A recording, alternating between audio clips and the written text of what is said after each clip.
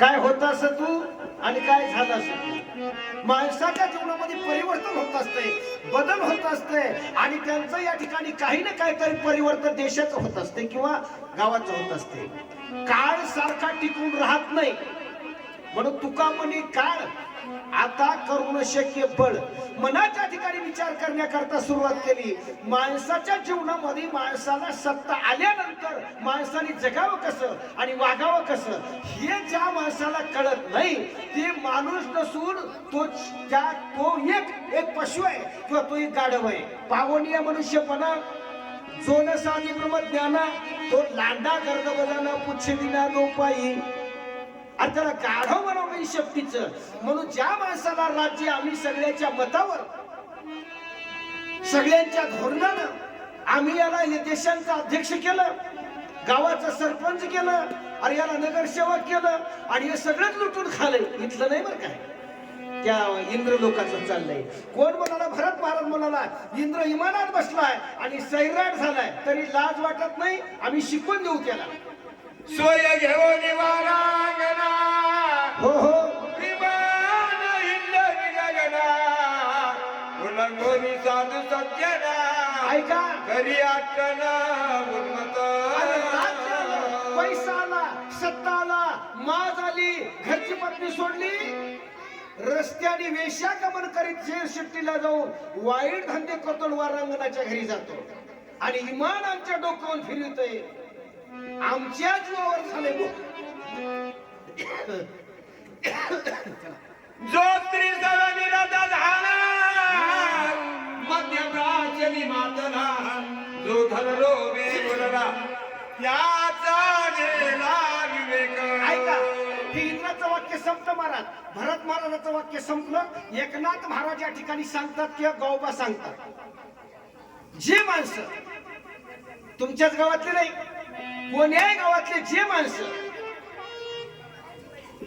ज्या बाई बरोबर ज्यांनी लग्न केलं, जिने आपल्या गळ्यामध्ये फुलांचा हार टाकला, डोक्यावर अक्षदा टाकल्या आणि जिनं आपलं माहेर सोडलं, सासर घरी नांदायला आली.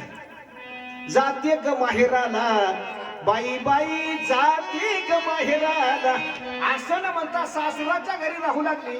त्या बाईला सोडून शहर सिटीला जाऊ लागला, वेश्यागमन करून त्या माणसाचा विचार संपला. नंबर 1 चा मुद्दा. नंबर 2 चा मुद्दा, 500ची नोट असेल, 2000ची नोट असेल, 100ची नोट असेल, 50ची नोट असेल, खिशात पैसे घेऊ लागला, एखादा फलाट विकू लागला, शेतीबाडी विकू लागला, ढस दारू पिऊ लागला, दारूच्या अड्ड्यावर जाऊ लागला, गाढवासारखं लोळू लागला आणि पोपटासारखं बोलू लागला. अशा माणसाचा एक विचार संपलाय बरं का. आता दारूचं सांगणं थोडं अवघडच आहे. 3 नंबरचा माणूस, अरे ज्या माणसानं कोणाचीच कदर केली नाही, हाड काड सगळं सोडून देऊन, बॅटरी नाही, पायाला चप्पल बूट नाही, कधी आपल्या अंगाला बरोबर कपडा नाही, अशा परिस्थितीमध्ये या ठिकाणी चिकटपणाने ज्याने पैसा जमा केला, पैसा कसा मोडू आणि जीवाला येते लढू, असा चिकट माणूस असं ते 3 नंबरचा माणूस. 3 नंबरचा मुद्दा, त्याचं लक्ष थोडं लक्ष देऊन, ध्यान देऊन, डोळे लावून ऐका. कारण का असंच एका गावामध्ये सांगलो झोपू नका. एका गावामध्ये गेलो रामायण सांगायला, एक मथारी उठली, ओ महाराज झोपीत त्याला उठी जाऊ नका. काय झालं? नाही झोपीत त्याला उठी म्हणजे पाप लागतं. म्हणजे काय करावं? त्याला थापटा म्हणे जरा जवळ बसले त्याला. नाही तर तसं जर ऐकत नसतं तर एखादं गाणं म्हणा, आम्हाला गाणंच येत नाही, सांग मावशीने गाणं शिकले महाराज. म्हणजे महाराज मी पुढे म्हणतो तुम्ही माग म्हणा, काय हरकत नाही. बाईनं सुरू केलं महाराज, पहिल्या दिवशी जन्मलं बाळ, मी बी म्हणलो पहिल्या दिवशी जन्मलं बाळ, दुसऱ्या दिवशी त्यानं केला फराळ, तिसऱ्या दिवशी घाण केली पातळ, जो बाळा जो रे जो. हे काय पोथीतलं नाही बरं का, उगा टाइमपास म्हणून सांगलो. नाथ महाराज सांगतात तशा प्रकारचे जिंदगीत काही माणसं जे असतात ते माणसं नसून महाराज काही याच्या रूपामध्ये जन्मतात. म्हणून त्या माणसाचा विचार संपलेला असतो. त्या चिकट माणसाचं लक्ष थोडं लक्ष देऊन डोळे लावून ऐका. ऐका दिवसा देखता जनपदा बेचादार विचार सदा हो नतरे कदा माघा. नाथ महाराजांनी सांगितलं बरं का, जे वहीत आलं ते सांगायचंय. गाढवाला मर्यादा नसते. कारण का गाढवाची माय गाढव, बाप गाढव, आज्या गाढव, पंजा गाढव, तिप्पड पंजा, खपड पंजा, छप्पड पंजा, सगळं कुळ गाढवाचं. पण याची माय माळकरी, बाप टाळकरी आणि पोरग कोंबडी चिरी. असे उसाच्या पोटी लई कावसाळ जन्माला येईल. म्हणून नाथ महाराज सांगतात गाढवाला मर्यादा नसते.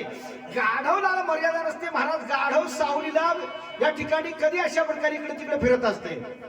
दिवसात एखादा जनपता तर गाढव जसं 4 पायाचं असतं तसं हे 2 पायाचं गाढव आपली धर्मपत्नी सोडून शेरचेटीला फिरत असते. बोला लाता हानी दावरावरी हो हो प्रीती धाव चलू खरी पदा विघात मुखावरी आवडी करी जनित. नाथ महाराज सांगतात महाराज ज्याचा त्याचा धर्म असते. गाढवाच्या जातीमध्ये गाढवाच्या धर्मामध्ये गाढविनीने गाढवाला लाता मारावं लागतात. म्हणून नाथ महाराज सांगतात आता ते गाढव लाता खात असताना तोंड पुढे करते तर तोंड फुटते तरी त्याची इज्जत आणि लाज त्याला वाटत नाही. कारण का प्रेमाची येणं असते महाराज.